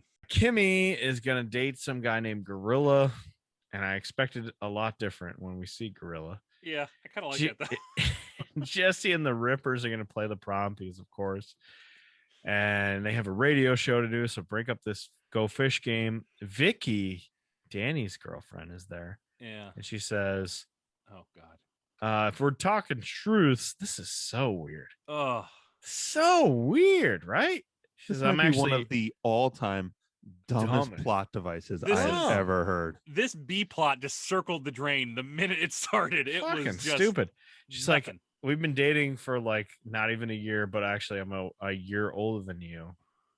Well, who fucking cares? Yeah, okay, seriously. Great.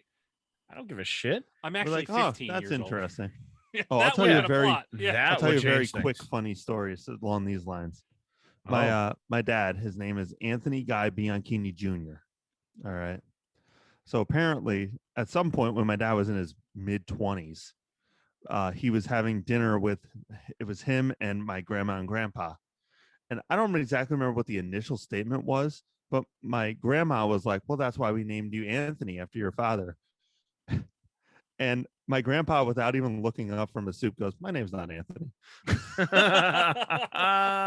And she's like, what do you mean it's not Anthony? He's like, it's Antonio. She's like, what? That's incredible.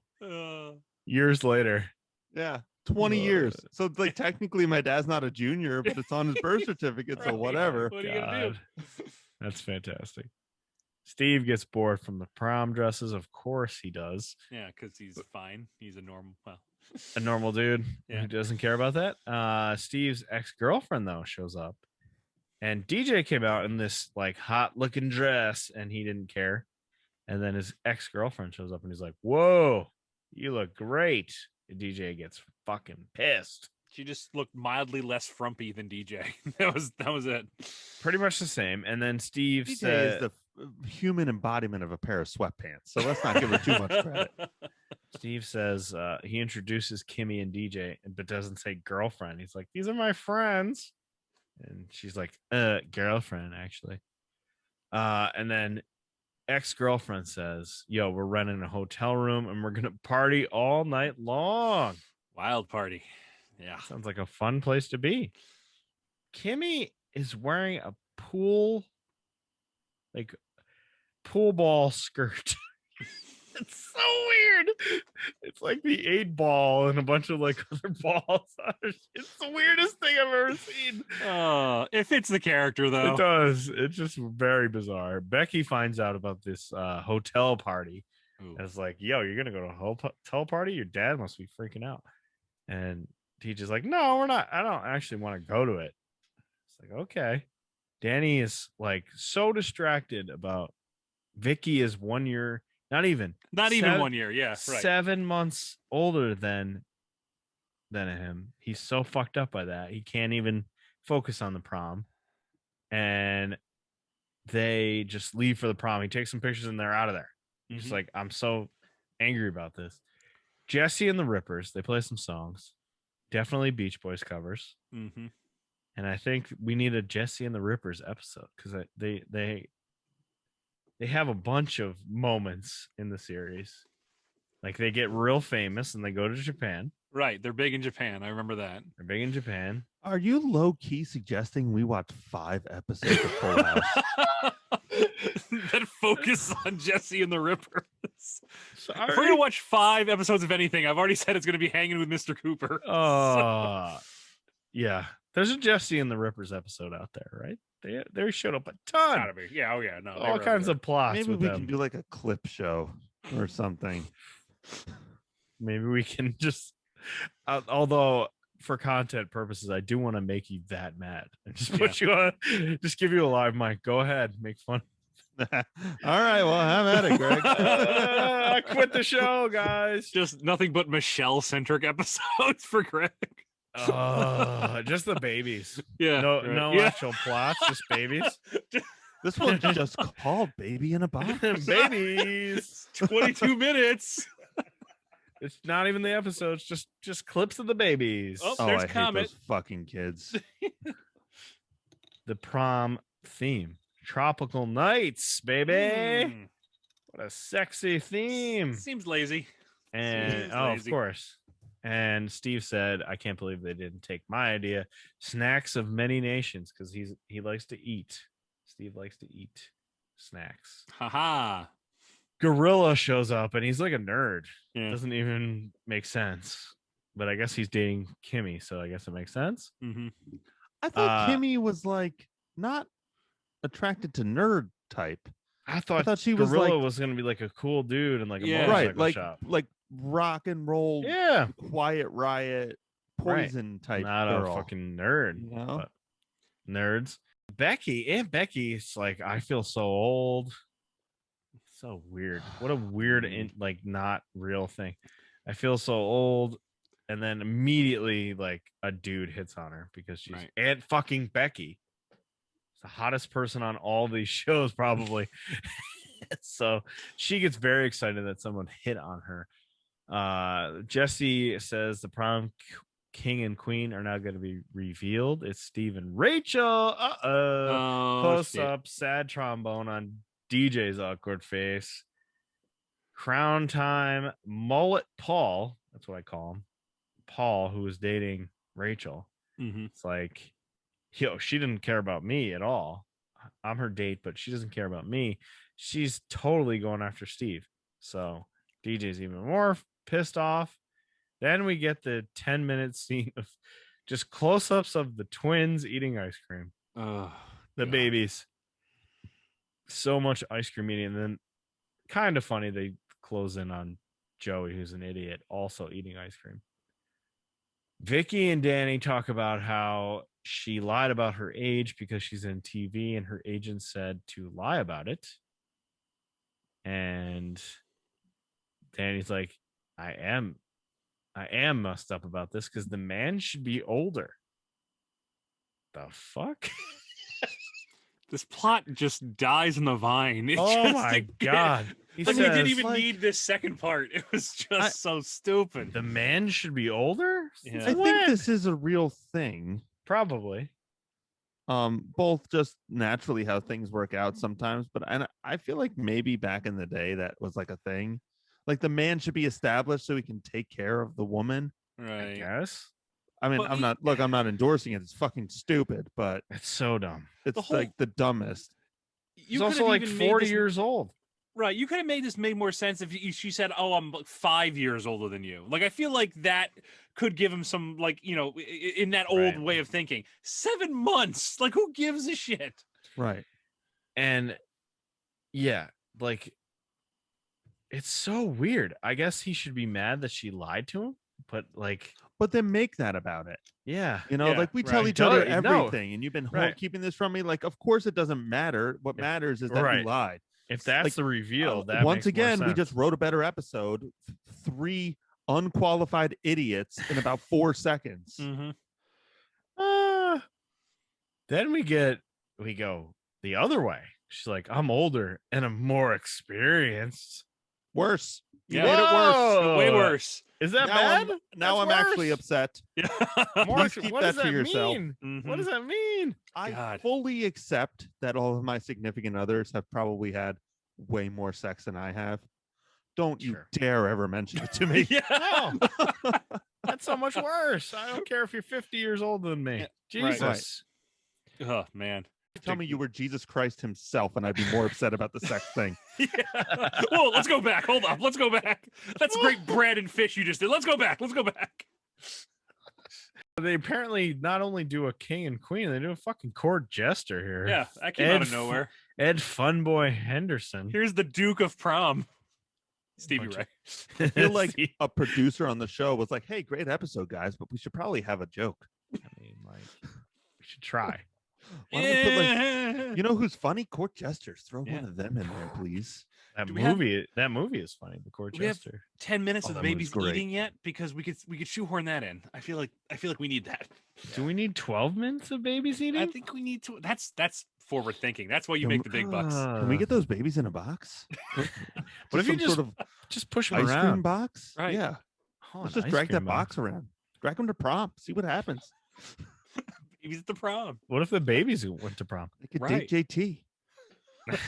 Just JT and a bunch of babies hanging out. In a box. Here, that he's congratulations, dragging. JT. Here's a box of children under the age of 1 as your dates. The king and queen have to dance to "I Will Always Love You," of course. Yeah. Rachel kisses Steve because she's into him, and Steve doesn't kiss back, but doesn't stop her. DJ sees it. She gets all pissed. She kisses Paul.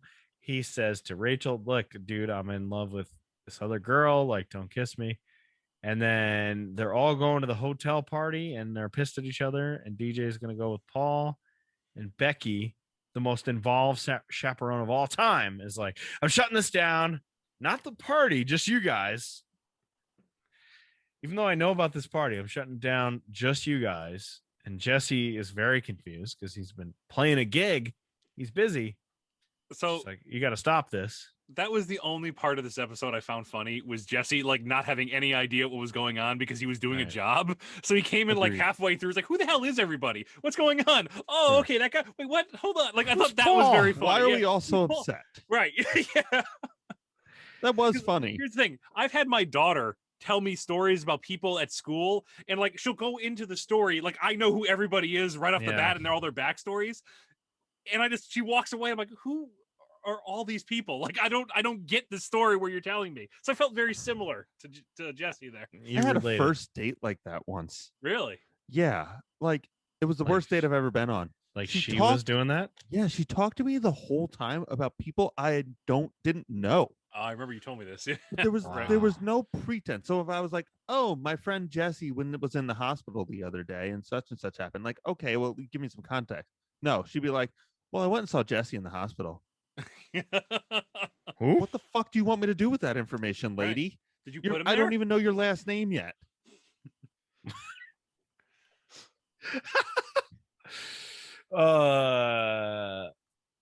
Another greatest night of my life. DJ says This was supposed to be the greatest night of my life. Really? This? You're setting a low bar, people. Steve again says, like, no, Rachel, we're not going to do this. Him and DJ talk it out. Turns out they're in love. Jesse and the Rippers play I Will Always Love You. Now, Kimmy's glued on nails are stuck to her date's gorilla's butt. And it's all, yeah, that was maybe the best joke of the thing besides Jesse.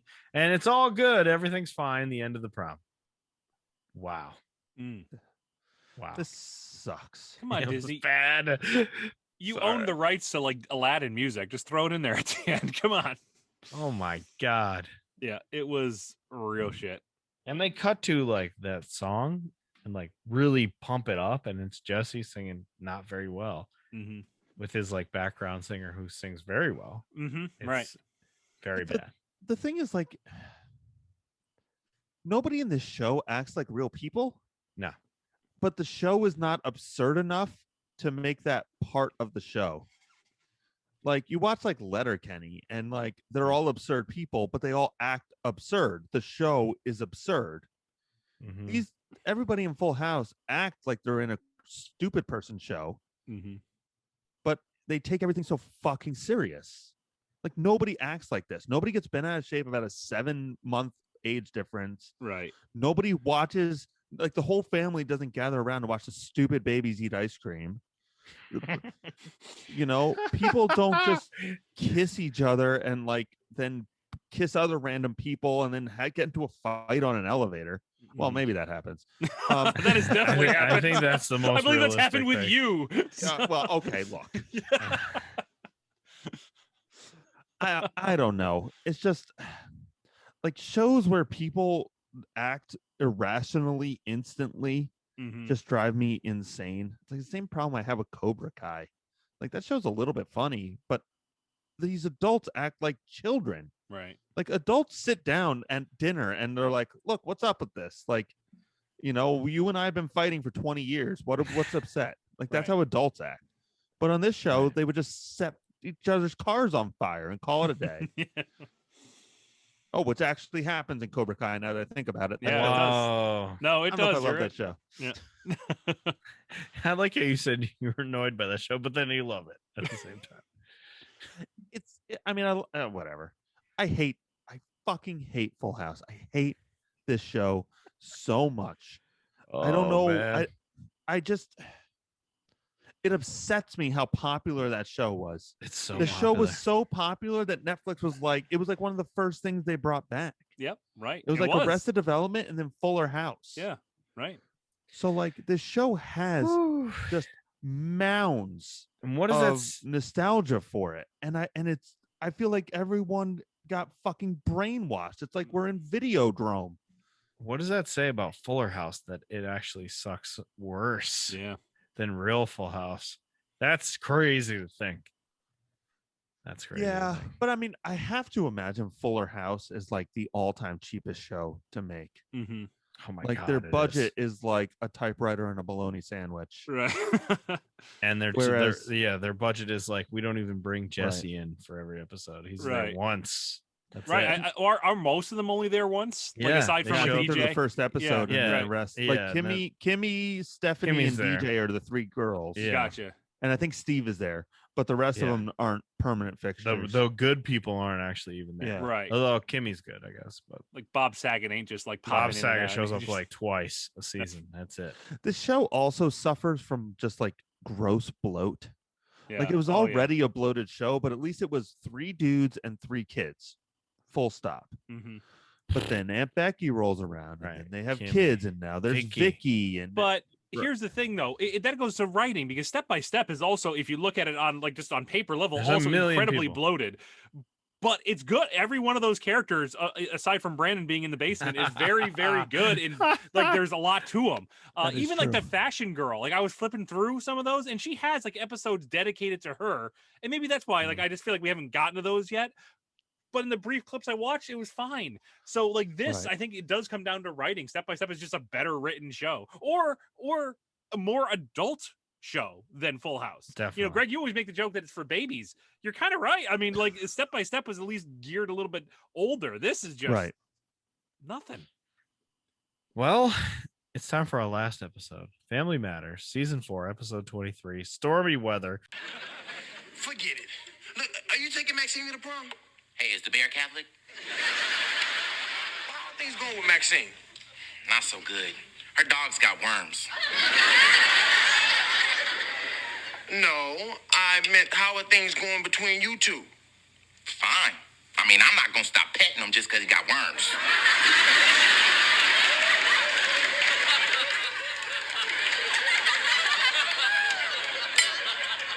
Man, my head hurts.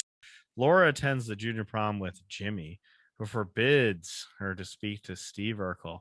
When Steve arrives at the prom with a new gorgeous girl, Myra, all the students are shocked. I forgot all about Myra. I forgot about Myra. She's pretty good looking. Right, and she plays a pretty substantial role once I remember seeing her, once I saw her again. She played a big role, and I think she passed away, right? She had right after the show, or at the end of the show, I think she had like cancer or something. That sucks. Yeah, there's more to that Myra story. I didn't You're read, totally look it right. up, Yeah, she died. Wow. Yeah, it's sad. When did she die? What year? 98. Oh my God, yeah. Right she at was the end. Fucking old though. She was born in 1968. She was like 35 when this episode was made. Wow, she looks good, so that makes sense. Oh yeah, good. That makes me feel better. Honestly. All right. As always, the high school students are aged by 20 years. Yep. Jimmy says this is going to be I don't think he's in other episodes, but Jimmy says best prom ever. I'm going to go with you, Laura. So it's going to be great. She loves that. Geraldo Faldo shows up, one of the best. Yep. He is confused between the difference between Paris and Italy because the theme is Paris. Very confused. Steve Jerkel comes in. I don't know why I laughed at that. It's not that good. But no. Steve Jerkel, he comes in with a confetti cannon and he lays down some sass on Jimmy. Says, "You calling me stupid? Look at your reflection in this confetti cannon, dummy." And he has no comeback. Confetti explodes everywhere, and Jimmy gets knocked into a ladder, and paint gets poured onto his head by Geraldo Faldo. Just like Carrie. I enjoyed this part. Laura is showing off her prom dress. Carl's excited to watch. Yeah. And then Harriet says, "Oh, well, that one was $387. And he's like starting to freak out. Oh my God. And then they're like, "Well, we have a much cheaper dress at $150." And she comes down in a much more revealing dress. And he's like, "That's cheaper, so it's okay." Carl. God. Very funny joke. Just Carl knows funny. the character. Like that is well written. And I enjoyed this because then he leaves the room and Harriet and Laura and the grandma are like, "Oh, we fucked with him." Yeah. Oh, we set him up. We set him up so bad with that. And he fell for it. Put that dress back in your Aunt Rachel's closet. That was very funny. Eddie, that's good stuff. Yeah, that's funny. Very good. Eddie talks about going to prom, even though he looks so old in this episode already. Mm-hmm. He's going to prom with Gloria and Geraldo Faldo. Yes, how things are going with Maxine. And he said, Geraldo Faldo goes, "Not good. Her dogs have worms." And he goes, "I mean the relationship between you two." And then he says, "Well, I'm more upset because my sister, Quesadilla." Also funny. Oh my God. My That sister, got me. Quesadilla, is going out with the guy Weasel, who I think we've seen before. Yeah, he's a regular. The Well, not a basketball regular, but- episode Weasel was in. Yep. So she's going to go to the prom with Weasel. And he's upset about this. And he's like, "I've never asked you, but why is your sister named Quesadilla?" He's like, "Well, she was born inside a Taco Bell, of course." Right. Of course. I like that it was just glossed over. Like that to me, that was funny. He does say like it could have been Burrito Supreme or Yeah. something like that, Right. which I think or Burrito Grande. I'm sorry. Yeah. And he says Burrito Grande. It's a stupid name. Quesadilla is much better. That's a perfect joke. That is really, really well done. So yeah, it was like the harmonica joke in the basketball. Oh, yes, Waldo, also good. Yeah, it's very funny. Eddie says Weasel's kind of a weird guy. You should be careful, and you should probably keep an eye on him. So obviously we're gonna get that later. Steve comes in to talk to Laura. He says, "Look, I've moved on from you. I got a new babe. I'm not worried about it anymore. I got Myra, and she has no idea that I'm a nerd." Which is very funny. She has no clue that I'm a nerd at my school. She goes to another school. Jimmy comes in and says, Jerkle, what are you doing here? Pop me again. Jimmy doesn't understand why Laura hangs out with Steve Urkel. I mean, they're neighbors. But he's like, you need to dump this nerd if you want to stick with me. And it's like, oh, what? That's weird. We're at the junior prom with the band Portrait. Do you remember anything about Portrait? Wow. No way. Yeah. No, you could ask the members of Portrait if they remember anything about Portrait. And you might get Nope. They might not What? know. Huh? I was in a what now? That was On a year I TV was show? on the cocaine. Yeah. Whoa. The I got theme some phone is calls to make. Paris and Was I on Sister? Was that me? we John B? Am I John B? Are we John B? Are we all John B? Is that All what the happened? Portrait gets out of the van and starts asking questions. Are we all John B? Are we hot boys? Are we not? Are we going to Orlando? Oh, had the pencil beard. Yeah. The Caesar cut. The theme is Paris in springtime. Geraldo said, they say, how would you ever get Portrait to play our prom? I didn't think they were getting that many gigs, but Geraldo Faldo says, one of them's my cousin, but I'm not allowed to tell you who because they're embarrassed by how stupid I am. This is also a good setup. Yes. For what happens later. Weasel and Quesadilla are hanging out. Geraldo Faldo. Listen to what you just said, right? Weasel and Quesadilla. They hang out and it's all good. Geraldo Faldo yells at Weasel, but then Weasel's like, I'm not doing anything wrong. Quesadilla is like, he treats me nice, god damn it. So it all works out. Steve Urkel shows up with Myra. Everybody's like, whoa, what the hell happened here? He gets a kiss and everyone literally stops what they're doing and gasps that this guy's getting kissed by a lady. Portrait says they're bringing the heat now. Carl and Harriet, again, another problem where parents show up. Carl and Harriet just show up. And it's like, we're here now. And Laura's like, this is embarrassing as fuck. Why are you here? Jimmy says Laura has to stop hanging out with the nerd. And she's like, I'm dumping your ass. I'm going to talk to whoever I want to. And then Steve uses his remote control to set off a confetti balloon drop, which of course doesn't work and makes a giant mess and sets off the sprinkler system on everybody, gets them all wet. And then he figures out who Waldo Ferraldo's cousin is in Portrait, which is funny. Oh, you must be his cousin. And he just puts his head down like, oh, God. Oh, God. And then we get the first ever, I think, did I do that? And everyone's like, yes, you did. Everyone's pissed at Steve for getting them all wet. At the end, Steve and Laura chat, and he says, that was vintage Urkel, wasn't it? She's like, pretty much. And they basically have a hug. He's like, can I just have a hug because we're friends? And they do. But totally, I want to get with you, Laura, still. Sorry, yeah. Myra. The end. That was Family Matters. Yeah. Fine. I like that moment at the end with Steve. Yeah. So this is something I forgot what I was looking up, something about Family Matters. And so season 10, they had planned for Urkel and Laura to have a kid.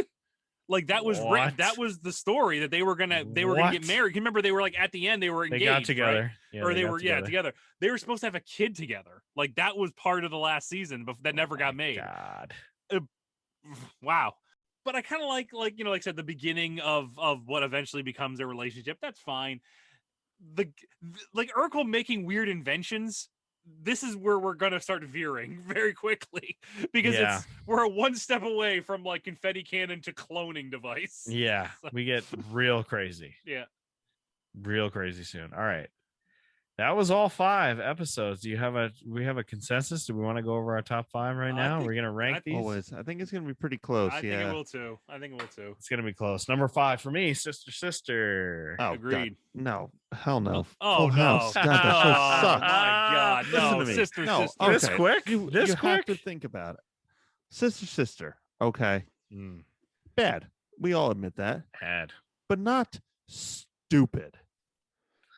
Like, everyone just sort of is like, all right, well, that's just life, you know? Like, okay, you wanted to wear different dresses. That's cool, but I'm glad you like these ones too. Okay, dope. Thanks, John B. Play us out.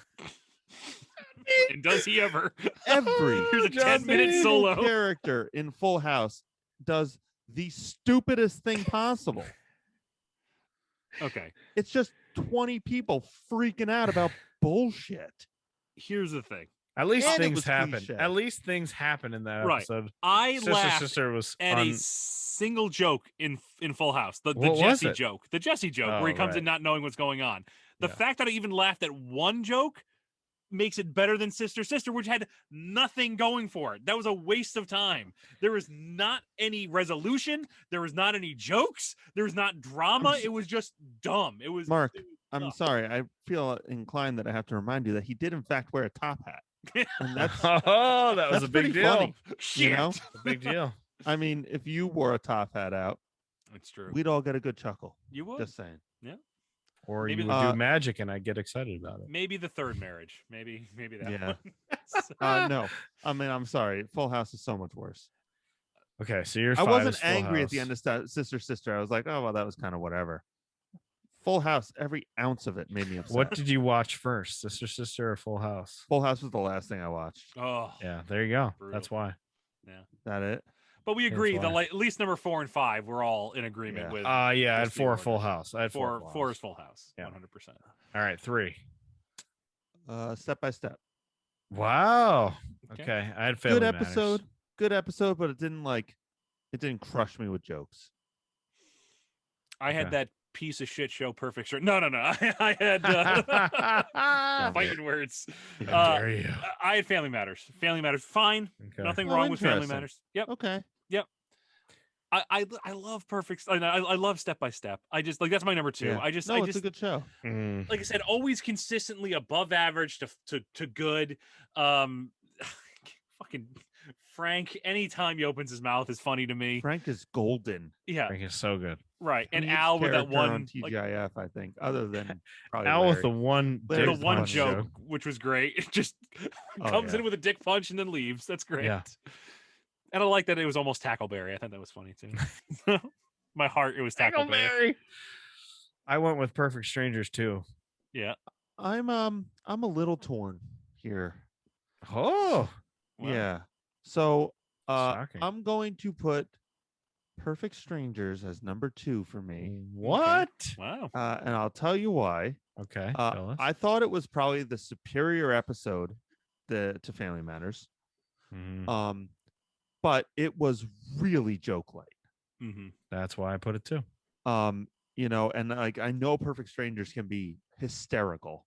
And this was just like, all right, that was a pretty funny, heartfelt, good episode of television. Mhm. But I really liked that Family Matters episode.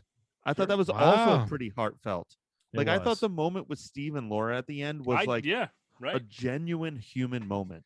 Mhm. And I really appreciated that. On top of the fact that I thought Family Matters had some real A+ jokes. I thought Quesadilla was hysterical. Was good. Geraldo Faldo bringing the heat. Right. Yes. And his totally deadpan, like, well, of course we wouldn't name her that. That would be stupid. To Grande, Taco Bell Grande, or whatever it was. Right. I thought that whole exchange, and even the exchange about the dog was like a little bit longer than you described, where like Right. he There was still more to keeps it. fucking it up. Yeah. He's like, why do you want to know about me and my relationship with the dog? He's like, oh, He's a great yeah. character. The setup for the joke of Portrait and who is related to Waldo, it was very well done. Very well done. Because it becomes revealed like after one of them says something that like Waldo says, right? Or like I think he's like, everyone else was saying hi and he said like what's up or something like that, which is like a Waldoism or something. So it was good. Yeah. I mean, I'm not gonna fault you at that. It is I think all three, I think we all have a different top three though, which is interesting. Yeah, we do. Yeah, what's your top? It's really up in the air. They're all great episodes. It was a clear line of delineation between utter dog shit and pretty fucking good. Yep. Yep. I have Perfect Strangers number one, and I like that it was a little bit more serious. As much as I love that show, I love when they show off their acting chops now. And like I said, those two speeches were good.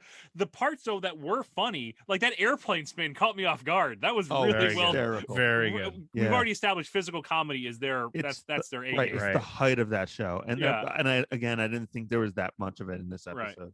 But like even the jokes of the teacher, like in his apathy, I thought was good. So I have that number one. I really enjoyed that Perfect Strangers.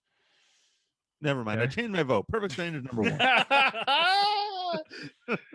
All right, you had Family Matters. I had Step by Step one. I thought it was fun. Interesting. All three. All great. Yeah, all very good. Yep. No wrong answers here. Nope. That was good. That was good. We've got our dresses and we're ready to go. We've taken our BuzzFeed quizzes. We're ready to excellent. Ready to go to the after party, I think. Ryan, I'm hoping you can berate me and then sleep in a tent with like a smelly dude. We'll just hang out by the fire alone and then have a vision of the future. Yep. What does it mean? Just see Splinter in the fire. It's like, come save me. What? Next episode. Very important question. Next episode. We've tossed out there already. Hanging with Mr. Cooper basketball.